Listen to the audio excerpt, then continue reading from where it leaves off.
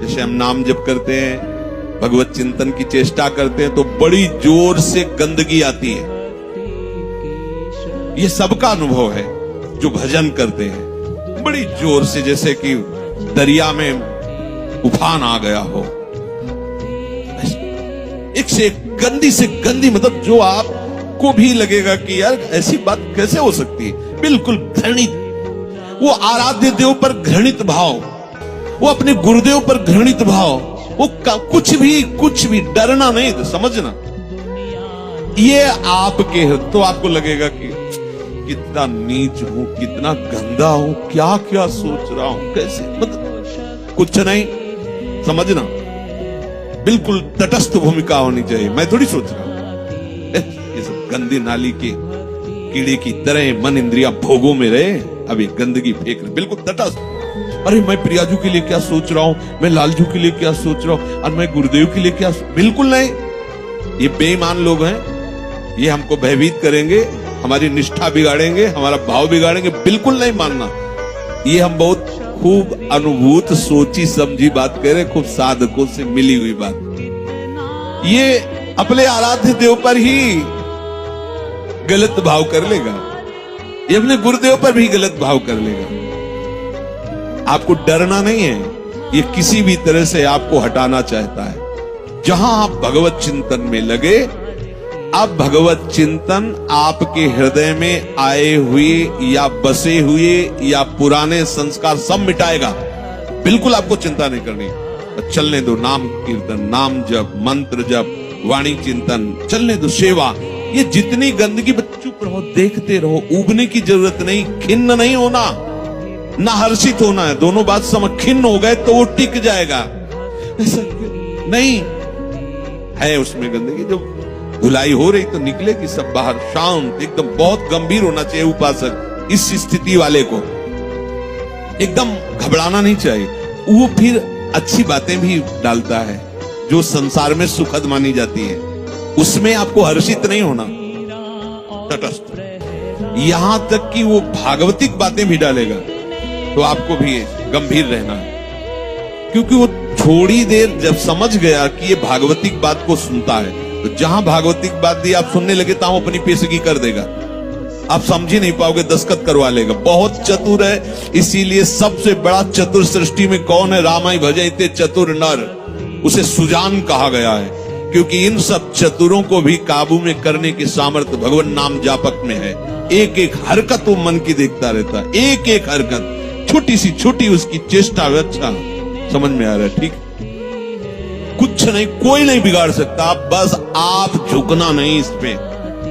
बाहर की बात नहीं कह रहे, यहां की बात। आप उदास मत होना, आप निराश मत होना, और आप इनके आगे झुकना नहीं, इन दुष्टों के समुदाय के आगे। एक से एक पेशगी देंगे, आपको निराश करने की चेष्टा करेंगे, आपको ऐसा कर देंगे कि लगेगा भी इस भोग के बिना तो हम जी नहीं सकते, अब ये भोग भोग ले, फिर भगवान मिले या ना मिले। झुकना मत इनके आगे, ये दुष्ट प्रवृत्तियां आपको रौंदने की चेष्टा कर, और आप तभी नहीं झुकेंगे जब मत परायणा भगवदास। अगर भगवदास तरेरी तो बातें बोलते रहो, कुछ नहीं होने वाला, वो अपने आप वहीं आपको आकर्षित कर लेंगे। तो जो भगवद आश्रय छोड़ चुका है और संसार का आश्रय लिए है, तो चाहे जितनी चतुराई करे, संसार का ही चिंतन होगा। और संसार का चिंतन है विषयों का चिंतन, और विषयों का चिंतन है दुर्गति। स्पष्ट समझ लीजिए, क्योंकि विषय चिंतन में राग, प्रियता, आसक्ति पैदा होती है। जैसे विषय चिंतन होता है, उस विषय चिंतन के प्रति राग होता है, प्रियता होती है। अगर ये वस्तु मिल जाती आज खाने को, ये भोगने को, ये देखने को, ये सुनने को, मजा आ जाता, आनंद आ जाता। ऐसा राग, प्रियता और आसक्ति और विषय सेवन की ललक अब रहा नहीं जा रहा। ये कब शुरू हुआ? विषय चिंतन से। ध्यान रखना, ध्यायतो विषयान पुंसः संगस्तेषुपजायते। विषयों का ध्यान करने से, चिंतन करने से विषय संग अर्थात आसक्ति उसके हृदय में प्रकट होती है। अब तो रहा नहीं जा रहा, अब वो भटक रहा है, क्या करूं, कैसे करूं, कहां वो पाऊं, ललक रहा है। बड़ी दुर्गति की ये स्थिति होती है। प्रायः हर साधक इस आग से जल करके आगे निकलता है। आग बुझाने की चेष्टा मत करना।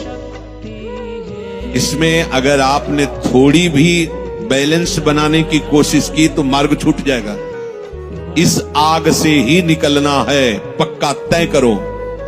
आग को बुझा करके निकलना है, कभी नहीं, निकल ही नहीं सकते। और जब आप इस आग में कूदोगे तो ये आग जलाएगी नहीं, चंदन हो जाएगी। बाहर से तुम्हें लपटें दिखाई देंगी, और जब अंदर प्रवेश करोगे कि हे प्रभु आपके लिए मैं जलूंगा, तो कहीं भी धुआं भी प्रवेश नहीं हुआ विभीषण के घर में। पूरी लंका राख हो गई, एक विभीषण कर गृह, पूरा संसार जल रहा है, कामाग्नि क्रोधाग्नि लोभ, लेकिन भक्तों के हृदय में उसका धुआं भी प्रवेश नहीं करता, क्योंकि वहां भगवान का आश्रय है।